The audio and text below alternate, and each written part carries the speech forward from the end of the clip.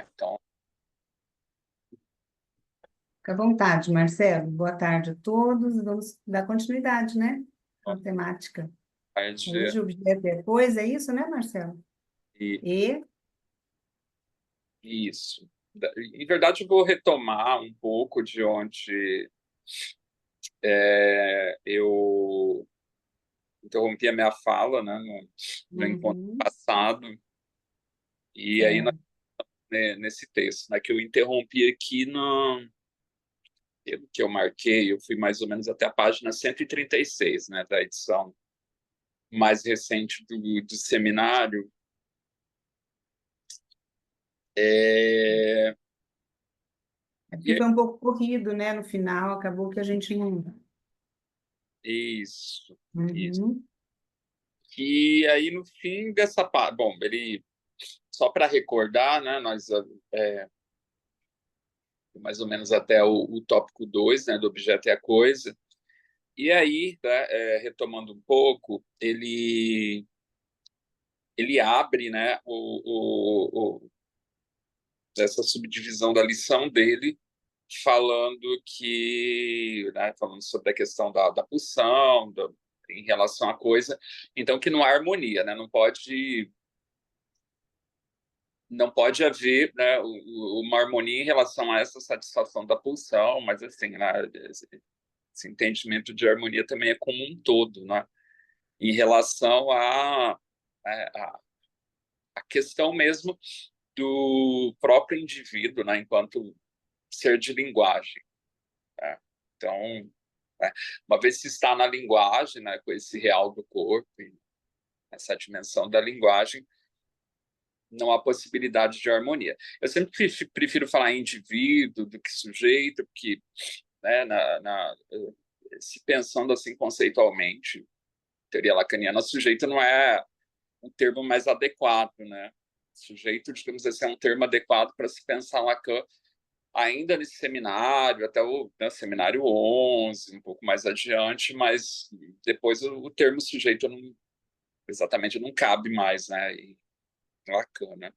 Assim como se pensar o sujeito em Freud também é anacrônico, né? O Freud não pensa em termos de uhum. sujeito, é uma espécie assim de liberdade poética nossa esse uso, né? De sujeito, que eu acho que também é tão ao gosto da própria psicologia, né? E então ele vai falar que não há harmonia, não há equilíbrio, né? E lembrando do nome até do espaço aí de vocês, Equilíbrio. É verdade. que é uma palavra Não muito, é equilíbrio. muito cara, né, para todos nós, porque digamos assim, uma das grandes ambições, buscas da filosofia, né? Essa ideia do equilíbrio, de uma justa medida, né? Uma ideia do bem viver. E nós vamos ver que com a psicanálise o bem viver não tem a ver com equilíbrio, né? É exatamente com uma ideia de equilíbrio, né? Não é disso que se trata, né? É... Aí na página 136 ele vai fazer um comentário sobre a satisfação da pulsão, né, do tri, e ele vai dizer que é paradoxal, porque, né, isso no penúltimo parágrafo, né, é o último parágrafo completo, né, no qual ele diz que é paradoxal porque a satisfação da pulsão, de alguma maneira, parece sempre se produzir fora do alvo da pulsão. Tá? Que é aí que está a ideia da sublimação. Tá? É algo que se dá fora daquilo que era previsto como alvo, o alvo da pulsão. Tá? Então, a sublimação é algo que se dá, tá, fora desse direcionamento, digamos assim, seria o direcionamento primeiro da pulsão e, em verdade, assim, com Freud, com a leitura que o Lacan vai fazer mais além que ele vai fazer do mais além do princípio do prazer, mas também levando-se em consideração quando o Lacan vai abordar a pulsão, por exemplo, posteriormente a esse seminário, pensado no seminário 11, né, que o Lacan vai chegar à conclusão de que só existe uma pulsão, que é a pulsão de morte. Tá? Então, é uma fala, inclusive, né, bastante conhecida do Lacan, de que só uma pulsão que é a pulsão de morte. Esse vai ser mais ou menos assim, uma ideia do corolário da ideia dele com esse entendimento das pulsões. Então, em último caso, né, apenas a pulsão de morte. Não é exatamente ainda como ele está trabalhando aqui a ideia da pulsão. Né? Mas algo importante que ele fala, né, na página 137, estou olhando assim para o lado, porque que meio enviesado, estou com o livro do lado do suporte. Ele vai falar uma coisa importante no segundo parágrafo da página 137. Ele está falando ali sobre, né, essa questão da satisfação, da sublimação para a pulsão, e ele fala o seguinte, né,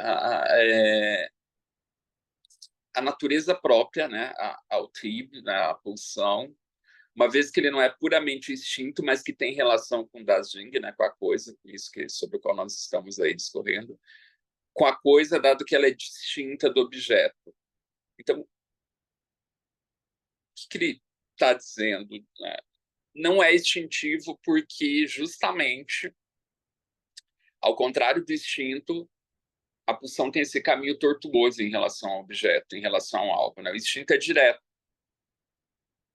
Né? O instinto é direto. Se a gente pensar nos animais, né, o instinto, né, reprodutivo dos animais é muito direto. Né? O animal lá, ele quer, né, procriar, ele vai encontrar um parceiro num determinado período, numa época lá, e vai, né, ter um intercurso sexual. Tá? Vão trocar lá os gametas, e é isso. Com o ser humano é diferente, né? Já a partir da própria, né, do próprio acasalamento, da própria ideia de reprodução, né? Eu sempre brinco assim que, né, os animais não têm DR depois da relação sexual, né? Diferente com o ser humano que é essa carga de linguagem. Então é isso que ele está dizendo, né? Ele está falando que essa relação com o alvo mesmo próprio do que é da pulsão, que tem a ver com essa questão da coisa, isso é, né, digamos, algo que, né, diferencia bastante o que é pulsão e o que é instinto. Por isso que é problemático, né? Nós sempre voltamos, né, em relação às próprias traduções do Freud, tradução dos textos psicanalíticos, principalmente daquela edição standard, né, tanto em língua inglesa com a tradução dela para o português, aonde tudo que é trib e é instinto é traduzido por instinct, né, ou instinto. Então, você não sabe quando se fala de pulsão, se fala por instinto, né? Tem que sempre ser uma leitura por inferência. Tá? Então, a pulsão é bem diferente do instinto. Ela já diz respeito a o quê? A pulsão só vai... Ela não ocorre, digamos assim, no mundo natural. Né? No mundo natural em absoluto. Ela vai se dar como, né? De alguma maneira, nesse ultrapassamento aí da natureza pela cultura. Ultrapassamento porque tem aquele livro, depois até eu coloco o título que eu recomendo bastante, sobre ele discute isso, que é aquele livro do Mustafa Safwan, a Palavra ou a Morte, no qual ele vai se referir a essa, né, entrada na cultura como um momento em que a natureza ultrapassa a si própria. Ela se ultrapassa a si própria. Né? Há algo ali que, de repente, faz com que o mundo natural ele se encontra em outro lugar que já não é mais um natural, né? E que é uma condição, né, que os próprios antropólogos vão dizer que a gente não tem muita ciência disso. É uma experiência que nós não podemos, em verdade, fazer ideia do que ela seja. Então, ele vai falar aqui da sublimação, né, em relação ao objeto. Ele vai dizer que a sublimação ela vai colocar o objeto num lugar muito especial, né? É isso que ele está falando ainda na página 137. E, de certo modo, né, ele se refere ao quê? A ela colocar esse objeto, elevar a dignidade da coisa, ou seja, colocar num lugar especial. A gente vai ver que essa coisa, e isso tem uma relação, já desde o princípio ele vai costurando com o conceito de real. Né? E aí, ele já sinaliza aqui na 137 que ele vai analisar mais adiante, né, em verdade, né, dali a 2 capítulos, né, 2 encontros do seminário,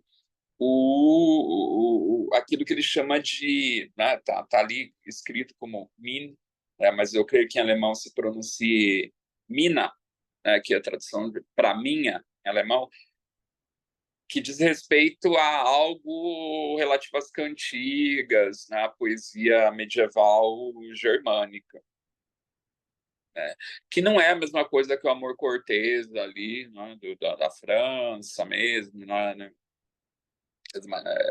né, provençal, o mesmo em língua inglesa, mas diz respeito a uma certa cultura poética, uma idealização do amor da mulher ali na Idade Média. Então ele vai se debruçar sobre isso, né, mais adiante. Né? Ele vai trabalhar com a ideia, né, no amor cortês, do amor como uma recusa do dom, né, como uma espécie assim, de recusa do objeto amoroso. Então, mas ele dá uma prévia, e aí, em seguida, para a gente avançar mais para o que interessa, né? No tópico 4, ele para fechar, né, a aula dele, a lição dele, ele vai, digamos assim, narrar uma espécie de apólogo. Né? Ele cria um apólogo a partir de uma visita que ele faz para o Jacques Prévert, que é um poeta francês, né, um poeta moderno francês, que ele inclusive menciona aqui, aonde que está, que ele menciona, que ele vai trabalhar aqui com a ideia de coleção, né? Mas não é exatamente com o conceito de coleção que ele trabalha. Né? Ele vai trabalhar, digamos assim, com o deslocamento de uso do objeto, né? Principalmente se pensando a arte. Então ele relata uma visita que ele faz, né, ao Jacques Prévert. Ele fala assim, durante a grande época de penitência que nosso país atravessou na era, né, petenista, né,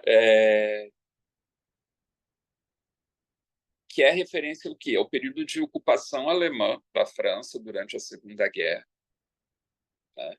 Então, o contexto é o período de ocupação, que é justamente nesse período que nós temos aquelas famosas fotos do Lacan com os artistas, no ateliê do Picasso, uma série de fotos bem famosas, né? Tem o Picasso, o Lacan, o Albert Camus, alguns, né, artistas bastante famosos que permaneceram, né, na Paris ocupada da Segunda Guerra Mundial. Né? Então, ele faz uma visita ao Jacques Prévert e ele menciona que observa nessa visita uma certa disposição das caixas de fósforo. E aí ele fala em seguida, isso já na página 140,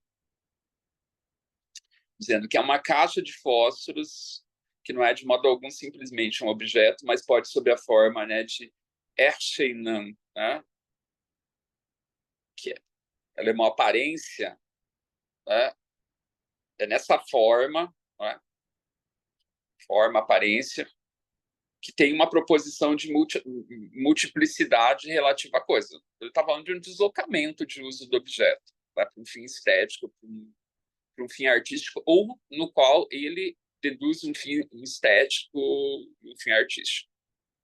É mais ou menos assim, simplificando, é quando lá no início do século XX, o Marcel Duchamp, também na França, ele tira o urinol do banheiro, coloca no museu e assina com uma peça artística. O que diferencia aquele urinol do banheiro para aquele do museu? Tá?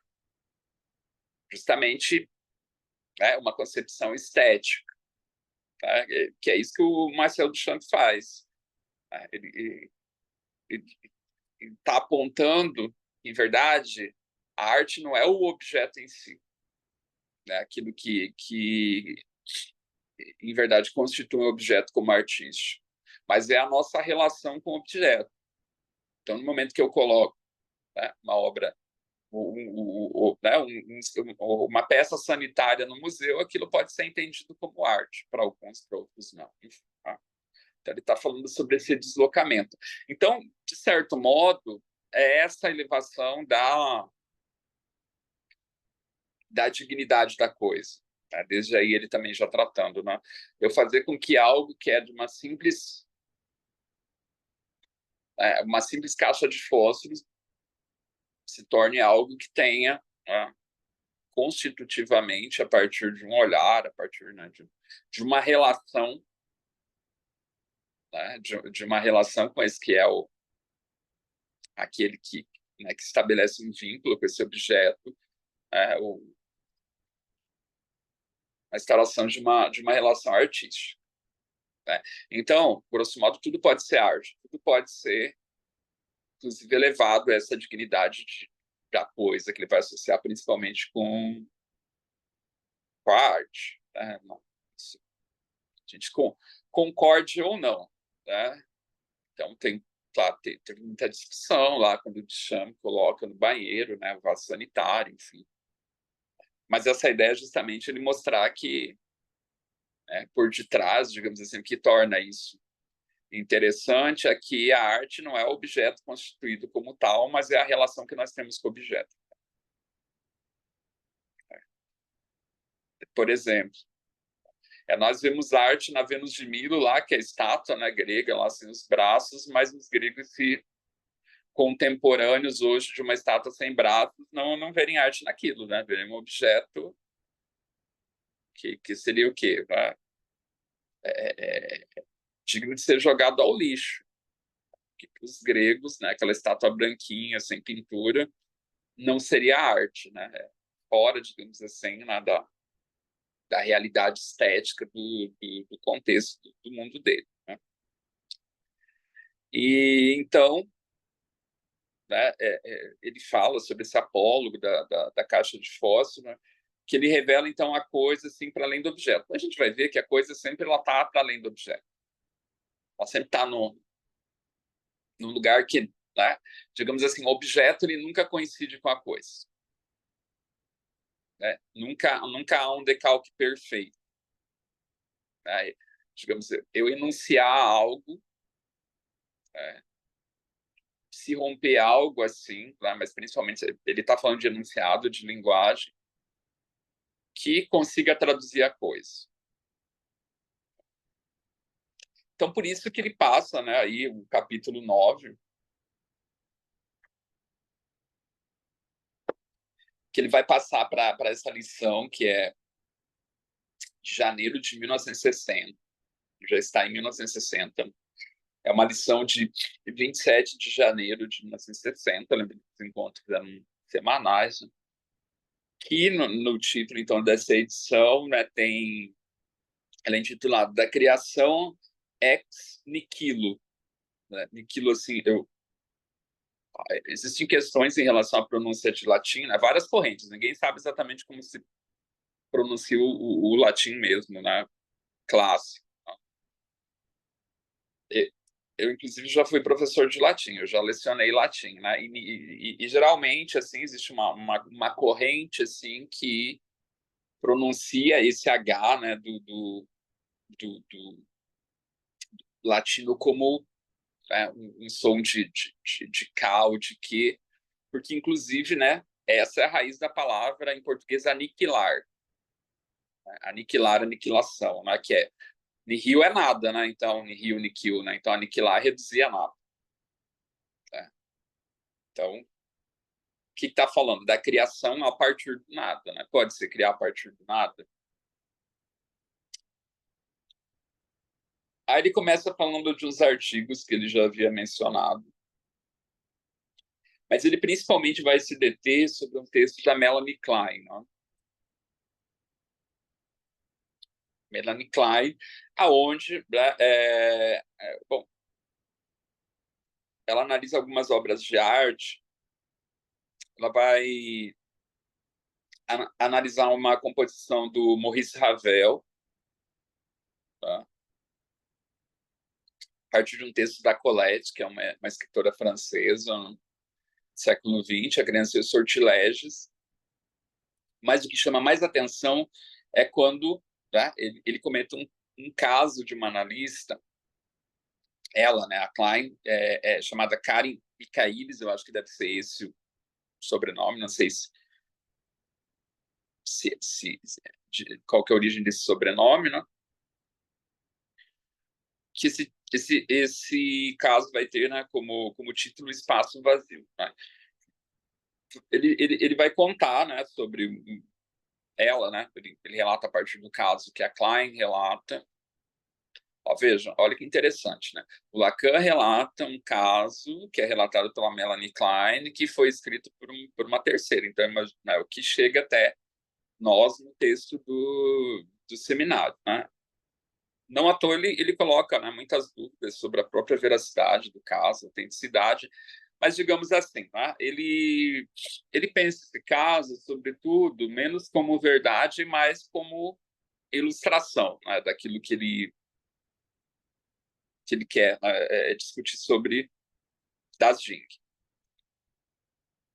Então, ele vai falar sobre, né, essa mulher, né, Ruth Kiar, acho que é assim a pronúncia,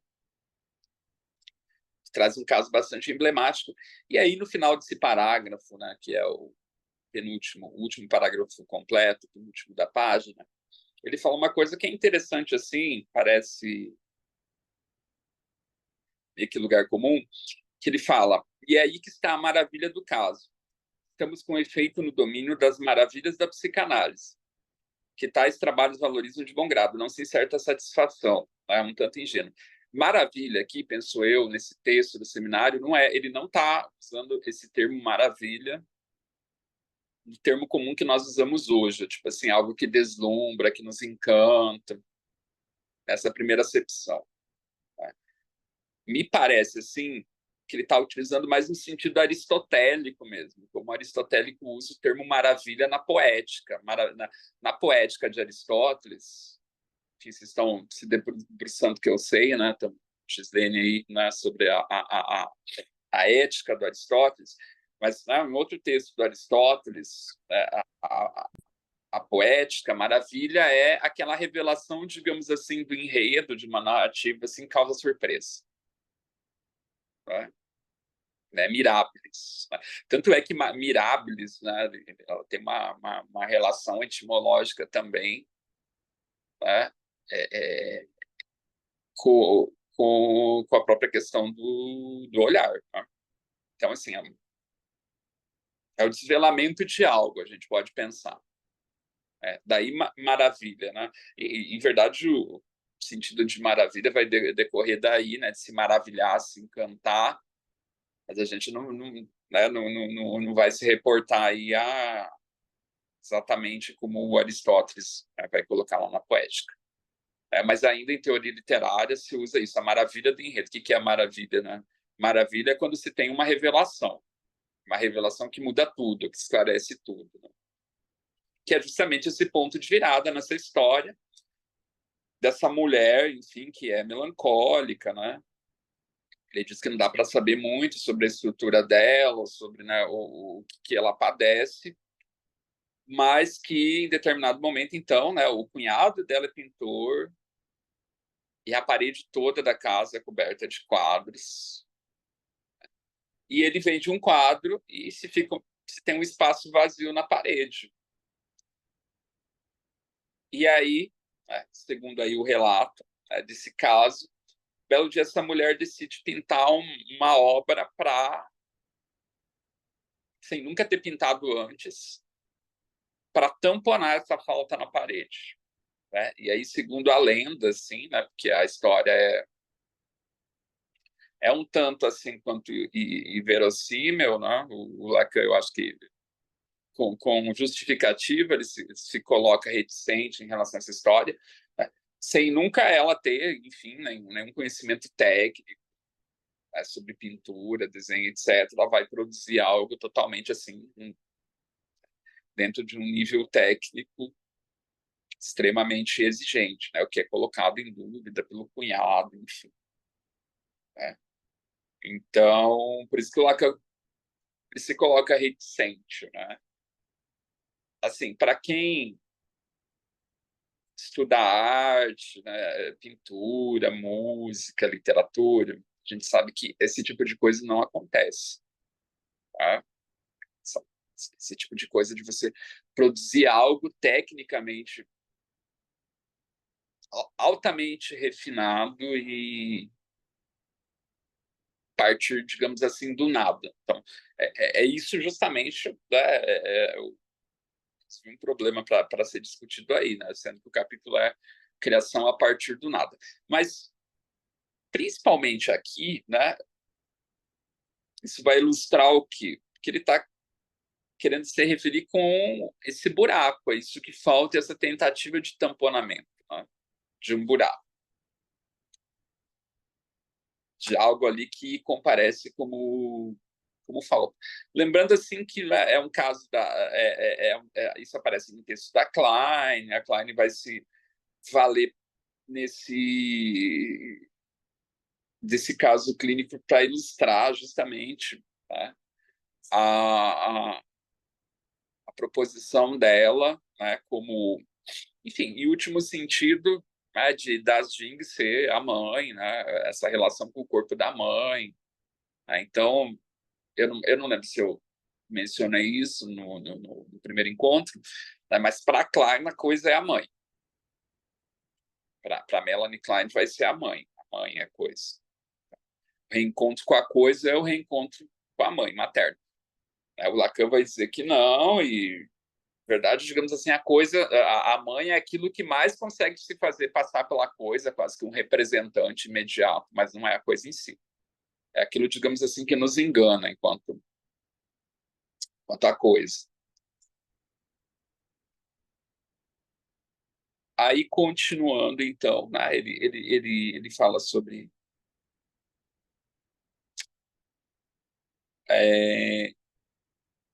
a Klein, né, e ele vai falar que essa sublimação, né, em relação... Por que esse exemplo é importante? Né? Porque nessa questão da sublimação, eu sublimar algo, né, e isso ter relação com essa coisa, com esse vazio, né, pensando grosso modo, essa ideia de tentar se dar conta desse vazio, isso só pode ser feito, segundo o que ele fala no texto, né, no que diz respeito, tendo, né,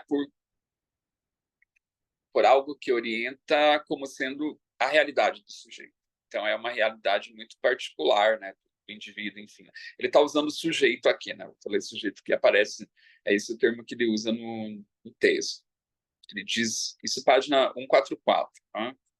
As coordenadas exigíveis da sublimação, para que possamos dar conta de sua relação com o que chamamos de a coisa, em sua situação central quanto à constituição da realidade do sujeito. Tá?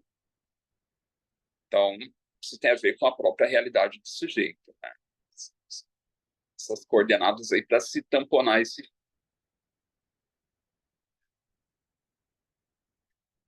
E aí é muito interessante que ele vai falar que a coisa, né, com minúscula, de modo algum, é a coisa, e logo ali embaixo, um pouco mais abaixo dessa parte que eu li, ele diz assim o seguinte: a coisa, se no fundo ela não está velada, não estaríamos nesse modo de relação com que ela nos obriga, como todo psiquismo é obrigado, né? Esse é um aposto, a cingi-la ou até mesmo contorná-la para concebê-la. Então, ele está falando justamente, né, da nossa relação espacial com a coisa, ou seja, né, o psiquismo, né, o ato sublimatório, o que ele pode fazer? Ele pode cingir a coisa, digamos assim, circular ela, nunca se sobrepor. Né? Ele nunca vai estar no lugar da coisa. Né? Então, é como se se fizesse sempre um movimento contínuo em torno mas nunca se sobrepusesse isso. Então, se vocês quiserem falar alguma coisa, gente, por favor, se manifestem. Marcelo, não sei se você falou no outro encontro sobre o seminário 20, né? Aham, E aí estava dando uma olhada, e aí eu li aqui um exemplo, acho que aqui está escrito em algum lugar, a boca que se beija a si mesma, né? Vocês lembram disso? Está aqui sim. nesse, né? Aí ele fala assim, o objeto da pulsão é como um vazio que pode ser encarnado por diferentes objetos do mundo. Essa é a perspectiva dita por Lacan no Seminário 20. Então, esse trabalho que você acabou de falar aí, construir a partir do nada, foi isso que você falou? Do vazio? Eu Isso. anotei. Criando a partir. Criar isso. Então, quer dizer que eu fiquei curiosa, não cheguei lá, não li o Seminário 20, mas é mais ou menos nesse sentido, né? Acho que não é a coisa em si, é além. Porque o Seminário 20, qual que é o nome do Seminário 20? É mais ainda, né? Ainda, né? Que é o seminário sobre importante, né? Ressaltar o tema do seminário, que é sobre o gozo, né? Principalmente, né? Então, mas se- é, deixa eu ver se eu entendi. É porque eu só fiquei com isso, com essa. Eu anotei aqui, né, isso e pensei sobre essa pulsão, sobre essa coisa, não é a coisa em si, né, É, da gente, nós acabamos de falar, é impossível chegar a ela, né, a gente tem que ir além, tem que contornar, que nem você falou, né, a gente não está falando aqui no texto, né, um contorno, e aí eu pensei nisso, pensei no hum. Seminário 20, só nisso. Sim. É que até o seminário 20 lá são quase 15 anos de diferença, né? Porque parece também, agora você falando, eu lembrei que ele fala que aí ele volta no seminário 7 lá onde eu li, e que aí não é mais. Ele volta no seminário 7 e me deu realmente um branco, eu não sei onde que eu anotei isso. Depois eu vou procurar aqui, vou achar. Mas assim, o que é importante, assim, em relação né, a esse tempo que decorre entre o seminário 7 e 20, é que esse termo, inclusive, a coisa da Jung, né, não é uma criação do Lacan, né, ele vai tomar da filosofia, né, tanto é que ele menciona o Heidegger aqui, né, o Heidegger tem um texto importante sobre das Jung, né, e mais adiante, assim, o Lacan ele vai colocar, digamos assim, outras coisas no lugar da coisa, né? Então, não vai ser esse nome para ele tratar sobre isso, né? Mas Uhum. é essa maneira, a maneira, assim, digamos, com a qual ele nomeia isso que a gente pode chamar do quê? Que é a falta, digamos assim, fundamental, né, que caracteriza a nossa psique, né? Que até eu tinha até anotado para falar aqui, porque tem uma parte do texto que ele vai falar, né, sobre isso, mas aí eu já Tem que, uma parte que ele fala. que nós temos que entender, né, que uma vez que a gente entrou na linguagem, essa ideia da falta, enfim, né, como ela pode ser entendida assim desdobrada, né, dentro do pensamento de Lacan, né, do ensino de Lacan, da própria psicanálise, essa falta, essa ideia de incompletude, por assim dizer, né? Vamos trabalhar com isso. Ela é fundamental. Ela é fundamental no sentido do quê? Ela já é, digamos assim, de fábrica. Né? Por isso que, quando ele vai falar da coisa nesse seminário, ele vai dizer assim, como o Lacan trata a coisa, a natureza da coisa é para o Lacan o quê? Ele é um objeto fundamentalmente perdido, ou seja, ele sempre foi perdido. né? Nunca são essas ideias paradoxais aí, né, que nos levam acho às vezes muito confuso, talvez, né, a teorização lacaniana, mas fundamentalmente perdida, é um paradoxo, um objeto que nunca se teve um encontro com ele, porque ele está perdido desde sempre. Né? E é isso que caracteriza, então, a psique, né? A psique, a ideia do inconsciente surge o quê? A partir dessa falta, digamos, né, desse buraco que é de fábrica, né, fundamental. A gente já vem com isso, com a incompletude, digamos assim, né? Incompletude Uhum. por natureza, né? Então é isso, né? Que a gente, enfim, mais adiante é isso, vai ter relação com o quê? Nós somos seres de linguagem, então, né? Esse choque aí, né? Uhum. Da linguagem, né? Porque aqui na página ele fala como defini-la melhor em nossa topologia, e vem também os questionamentos, aqui no próprio seminário É, 7, né?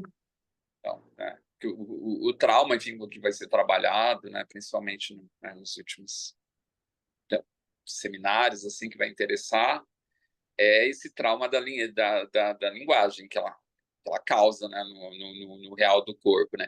Tanto é que, para o Lacan, ele vai falar, né, em algum momento, que o simbólico, ou seja, a linguagem, ela faz furo no real. Uhum. Então, digamos assim, não é o real que faz, digamos, que aparece, surge e desestrutura o nosso mundo. Na verdade, é o simbólico que está ali, fazendo um furo no real, né? Na verdade, é que a gente tem uma retirada aí do simbólico. Então, é, como no seminário 11, né, que vai ser tratado, não é que o real vem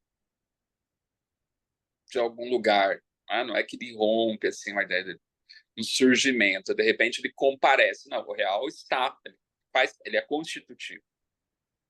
Né? Que, Uhum. que é, digamos assim, né, o mote do seminário 22, o RSI. O que é? Que a nossa realidade ela é real, simbólica e imaginária. Então, a realidade é isso. Né? Qual que é o real? Né? Que o real não vem? Ele não vem porque ele já está, né? Ele já é constitutivo. Ele se faz presente, por exemplo, pelo fato de que se caiu de repente. Aí eu lembrei daquele filme O Conto Chinês, né? Filme argentino, que uma vaca cai do céu, mata uma menina. Tem uns ladrões que roubam vaca de Ah, avião, aí eles se livram da vaca, a vaca cai e mata a noiva lá do protagonista, né? Isso é o real que cai do céu, assim. Uma vaca cai em cima de mim, de repente, agora, do nada. Né? A minha constituição real faz que seja muito provável que eu morra por conta disso. Então, o real sempre está ali, né? E a gente tem que lidar com isso. Então, a linguagem, na verdade, que é, digamos assim, né, o que causa o trauma, né? Mas, por enquanto, ele não está se debruçando exatamente sobre isso, né? Mas, uhum, sim, sim. Vamos mas, continuar, né? mas enfim, mas só voltando ao que você falou sobre o 20 lá, é isso mesmo, né? Essa coisa dos objetos, nunca ser a coisa exatamente, né? Tanto que ele fala da impossibilidade, que é esse exemplo, né? Uma boca que beija a si mesma, né? Então, é mais importante. Exatamente, chegar nesse ponto. É. Então, ele está falando sobre a arte, né?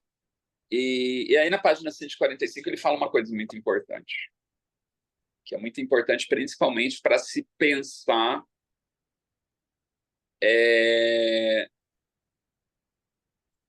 isso tudo que a gente está discutindo. Que ele fala logo no início lá da 145 que, né, não tem nada entre a organização na rede significante, na rede das Vorteslungs-Repräsentanzen, né? Se é a pronúncia em alemão, né? Mas da representação, então, né? Ele fala que, então, né, não há nada, né, entre a organização e a constituição no real desse espaço. Né? Essa coisa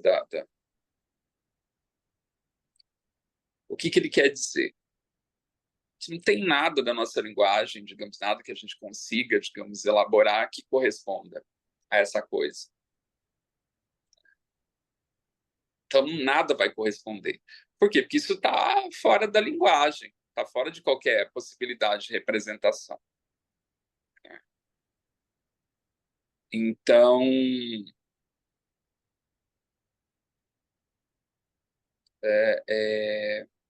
deixa eu ver aqui mais adiante. E aí ele fala, né, que exatamente o que eu havia falado antes, né, que então o objeto, né, não nos é dito que ele tenha sido realmente perdido, né? Ele está falando lá com o Freud, né? O objeto, por sua natureza, é um objeto reencontrado. Então, o paradoxo está aí, né? Não é que você tenha perdido o É. objeto. A natureza dele é sempre a natureza de reencontro, né? Então, isso. E aí ele fala: o objeto, por sua natureza, é um objeto reencontrado. Que ele tenha sido perdido é consequência disso. Ou seja, o objeto só é perdido porque ele, digamos assim, a existência dele começa como um reencontro. Então, a partir, né, de uma existência como um reencontro, se pressupõe que ele seja perdido, né? Por isso que ele vai dizer, né? Isso se dá num só depois, e aqui, né, na verdade, né, a tradução do Antônio Quiné para o termo alemão nachtraglisch, né, que também a gente tem a tradução como posteriori, né? Que a coisa só acontece depois, né? Como no tempo da análise, as elaborações acontecem a posteriori, o trauma é sempre, né? O trauma nunca é no momento do evento, né? Mas é sempre a rememoração do evento, né? Por aí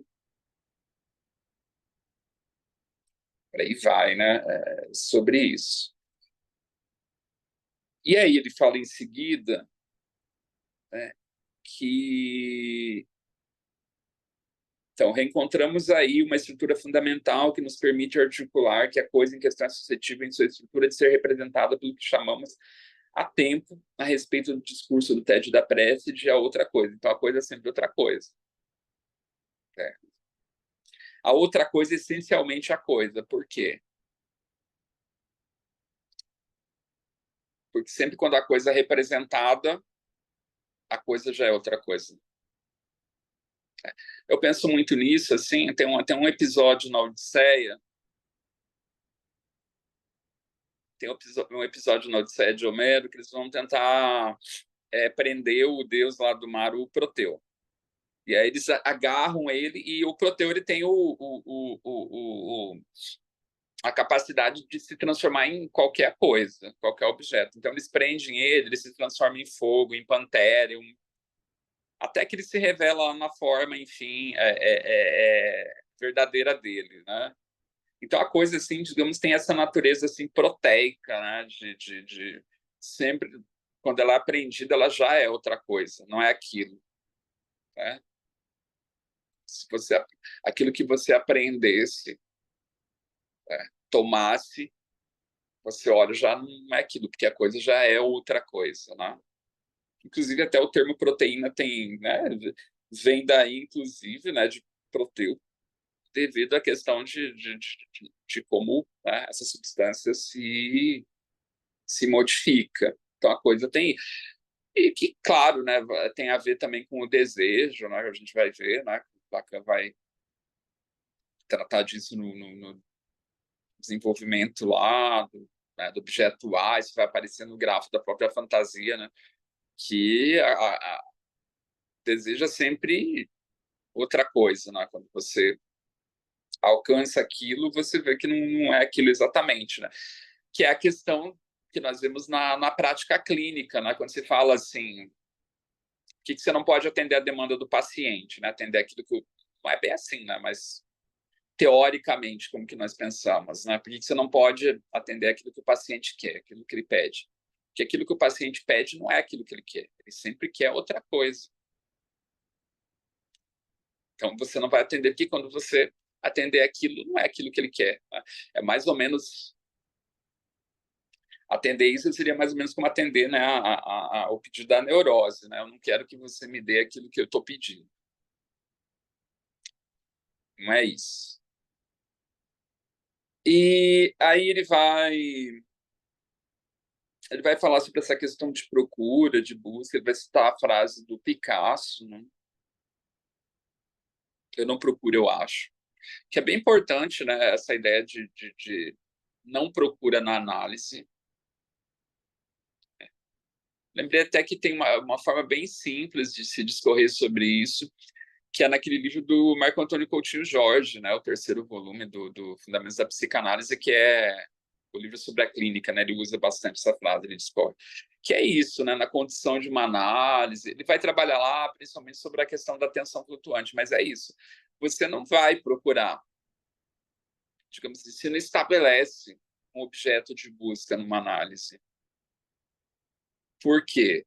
E se você buscar algo dentro de uma análise, num tratamento, você vai deixar de encontrar outras coisas que vão se mostrar nesse caminho, né? Nessa relação do dispositivo com o paciente. Né? Então, é assim, né? Se pensar, inclusive, a própria queixa do paciente. Né? O paciente vem, né, no consultório, ele relata a queixa dele, você não vai conduzir análise em função, né, exatamente dessa queixa.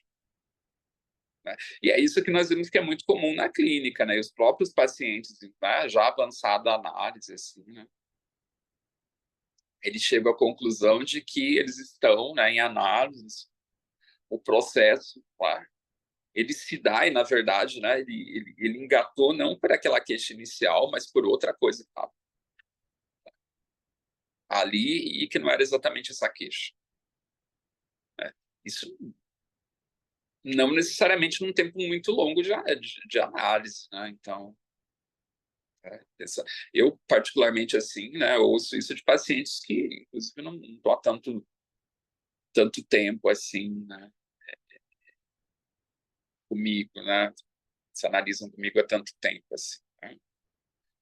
Se a gente pensar quanto tempo, depende, né? No meu caso, por exemplo, eu tenho paciente que estão há quase 10 anos comigo em análise, né? Então, não, estou falando de pacientes que já percebem isso, né, num tempo relativamente curto, né? Se bem que a gente tem que relativizar o que é esse tempo em análise.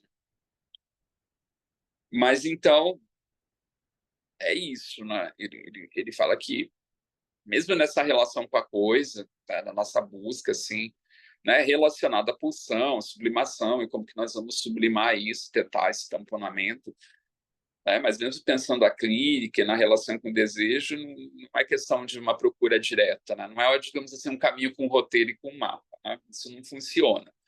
Daí, talvez, a gente pensa agora na diferença radical entre a psicanálise e a própria psicologia. Porque o pressuposto da psicologia é justamente estabelecer o roteiro para se buscar algo, né? Então, se estabelecer uma busca, né? Então, na análise, não necessariamente isso. Né? Gente, vocês podem falar, tá? Marcelo, fiquei com uma dúvida aqui. Isso do quando a coisa já é representada já é outra coisa.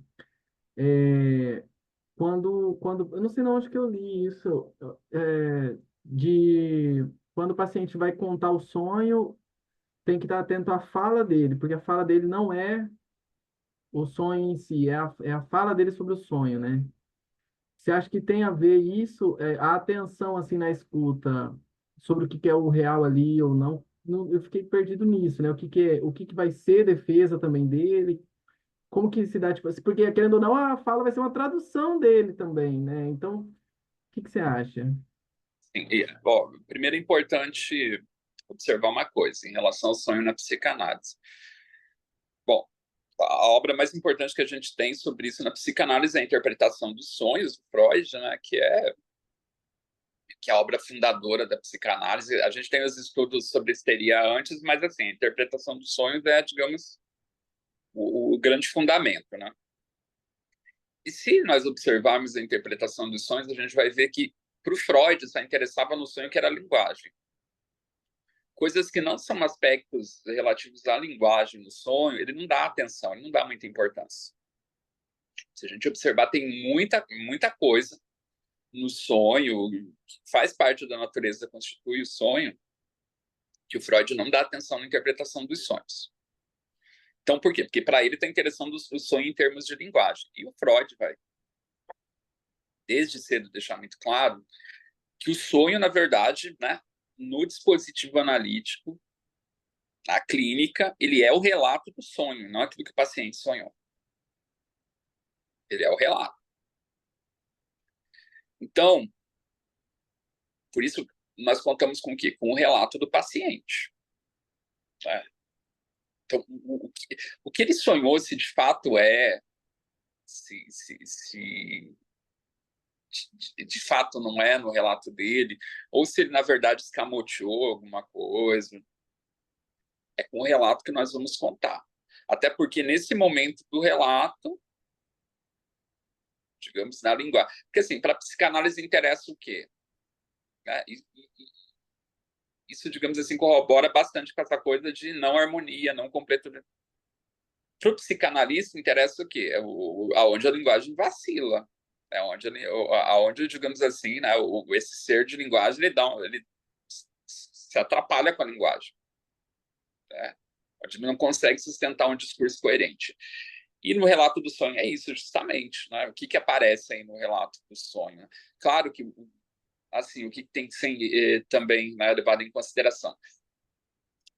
Cada corrente, digamos assim, cada perspectiva da própria psicanálise vai pensar a interpretação de uma maneira diferente. Então, por exemplo, existem correntes que, na lacaniana, que vão pensar a interpretação do sonho a partir do quê? A partir não apenas do relato do paciente, aliás, não apenas não, mas vai ser o relato do paciente e a interpretação do analista. O analista que vai dar a interpretação. Com Lacan, que interpreta o sonho, é o paciente.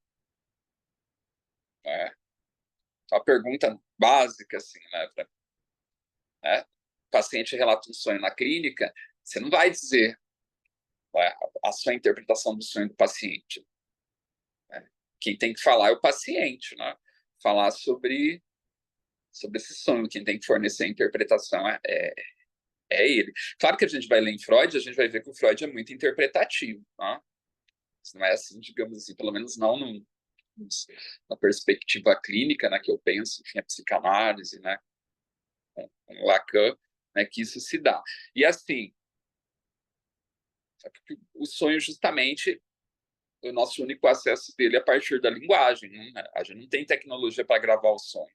Então, a partir de como aquilo aparece na fala do paciente. Né? Então, a gente tem vários exemplos, né, de como quando aparece. E às vezes na linguagem, justamente no momento que essa deformação dos sonhos se desfaz. Aí justamente você precisa de alguém para fazer essa escuta, de alguma maneira devolver isso para o paciente até que. Tá? Lembrando assim que quem está na clínica sabe, às vezes você consegue ter uma interpretação do sonho do paciente, você percebe ali o que está acontecendo, né? O que está em questão no sonho. Mas não é, digamos assim, producente, assim, para análise, né? Você jogar aquilo para o paciente. Não que você não possa emprestar um simbólico, né, para usar essa expressão assim, ali, né? Tipo, tá quente, tá frio, assim, mas não é por aí. Mas a gente conta com o relato do sonho.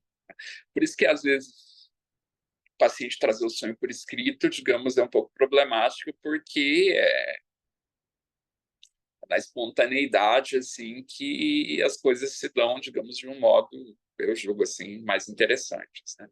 Mesmo se dá com supervisão. Geralmente, quando eu dou supervisão, eu peço que se relate o caso, não se leia o caso por escrito. Acho mais interessante. Aí você coloca, de fato, aí o inconsciente, a linguagem mais em causa. Não sei se te respondi, né, quanto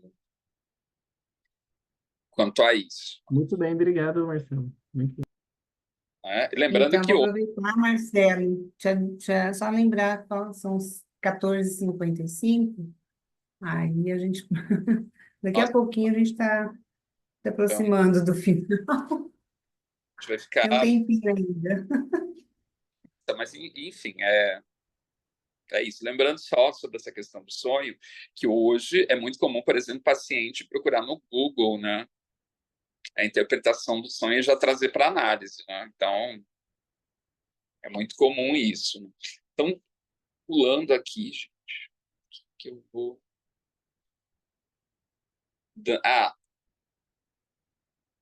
Então, enfim, partindo sobre o que é a temática, pelo menos desse capítulo, assim, para resumir, né? A grande questão é: você pode criar alguma coisa a partir do nada? É essa temática, que é a mesma questão que sempre intrigou, né? Não só a filosofia, mas a própria religião, que é a pergunta, né? do cristianismo também, né? Afinal de contas, mas Deus cria o universo a partir do quê? Né? E aí vem, né, enfim, os teólogos medievais, né, proporem a ideia do primeiro motor. Não, Deus criou tudo a partir do nada. Né? Essa criação aí, a partir do nada, que está em causa. Né? E aí o Lacan ele vai usar aqui, eu acho que dá para falar nesses pouquíssimos minutos, né, como metáfora, como exemplo, o objeto do jarro, que é um objeto que ele é criado a partir do quê? A partir do vazio, levando-se em consideração o vazio, né? E aí, a partir da criação desse objeto, você vai ter a ideia de cheio e vazio. Né? Mas tem uma outra, eu vou tentar mandar para vocês, só que eu só devo ter em espanhol, né? Tem um resumo, tem um filósofo francês que é o Condillac, né? Ele é idealista, que vai dar mais ou menos o exemplo de algo assim, nesse sentido de que a partir da criação do vaso eu crio o conceito de cheio e de vazio, que é justamente de uma estátua lá que alguém dá um sentido só ao fato e essa estátua começa a criar inferir o próprio universo a partir só do sentido do olfato, assim. Né? É interessante. Mas o que ele está mostrando, principalmente nesse exemplo do vaso? Ele é muito simbólico, que é justamente isso, de você criar a coisa a partir do quê? Do vazio e se cingindo em um vazio. Né? E aí, na página 149, deixa eu ver aqui, falta bastante, mas na verdade isso que ele vai discutir ali em seguida, principalmente ele, né, sobre o amor cortês e a coisa, ele vai definir no próximo capítulo. Mas ele fala uma coisa que para mim é muito importante aqui, na página 149, logo lá no início. Ele diz o seguinte, ó, parece inclusive uma passagem assim bem prosaica, assim, apenas, né, digamos, né, uma brincadeira do Lacan, né, que ele fala assim: todo mundo faz piada a respeito do macarrão, que é um furo com algo em volta, ou ainda a respeito dos canhões. O fato de rir não muda em nada o que está em questão. Há uma identidade, isso que é muito importante. Há uma identidade entre a modelagem do significante e a introdução no real de uma ânsia, de um furo. Parece assim que não tem tanta importância, né? Porque parece assim, na verdade, uma repetição de tudo que ele vem dizendo. Mas aqui está um fundamento de algo muito importante, no sentido de o que ele está pensando, modelagem do significante, a construção dos objetos, da cultura, do mundo da cultura, né? Ele está pensando. Né? E o que ele está apontando? Que, de alguma maneira, nessa construção, a gente introduz esse vazio. Ou a gente pode pensar assim, reserva um espaço para esse vazio. Então, em último caso, o que a gente pode pensar? Pensar na arte, né? Já que ele está falando do jarro, do vazio. Toda grande obra de arte, em verdade, isso é uma proposição minha, mas quem sabe um dia eu desenvolvo isso melhor, não? Ela, de fato, vai ter sucesso como obra de arte, que consiga, né, expressar ao mesmo tempo não expressar algo, né? Mas, digamos assim, instaurar a experiência estética na medida em que ela consegue também introduzir esse vazio junto com aquilo que não é vazio. É mais ou menos assim como se a gente pensar no cinema. Né? Eu acho que é o Godard que define assim, a diferença entre a TV e o cinema é que o cinema tem o seu lugar para o silêncio. É mais ou menos isso. Né? A grande arte ela tem esse lugar, ela dá lugar ao vazio. e com isso ela consegue produzir o seu efeito. Talvez seja esse o sucesso assim né, da grande arte. O que aí nós vamos ver, por exemplo, né, como que nós nos movemos em lugares onde não se há espaço para o vazio, né? Por exemplo, nas redes sociais, mesmo, né, num determinado tipo de arte. Então, né, parece que essa ânsia, que a ânsia não é a mesma coisa que vazio, né? Na verdade, digamos assim, é uma descontinuidade, né? Um intervalo entre uma coisa e outra, né? Talvez nisso, né, esteja, digamos assim, a própria raiz do que ele vai falar, que é o humano. O humano está aí, nessa nossa relação com o vazio. Tá? Então, digamos, para uma obra de arte, tá, ter, de fato, sucesso, assim, né?